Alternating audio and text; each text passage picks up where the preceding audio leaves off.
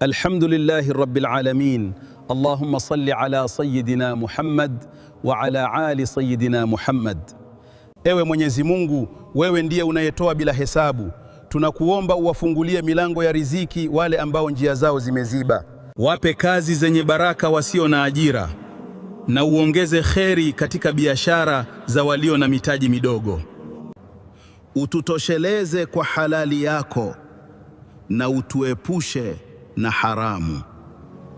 Ya Latifu, mwenye upole, wajalie waja wako wanaotafuta wenza wapate watu wa kheri watakaokuwa na utulivu wa roho zao. Na kwa wale wanaosubiri neema ya watoto, usiwache peke yao, wajalie uzao uliutakasika utakaokuwa fahari kwao duniani na akhera. Ya Hayyu ya Qayyum, shusha nuru yako katika nyoyo zenye kiza cha huzuni.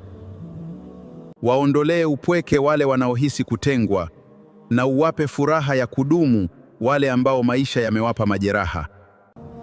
Na uponye vidonda vya mioyo yetu kwa utajiri wa fadhila zako. Ewe Mola wetu, kila mwenye jambo zito linalomnyima usingizi lifanye liwe jepesi. Kila aliyebanwa na mitihani mizito mpe wepesi.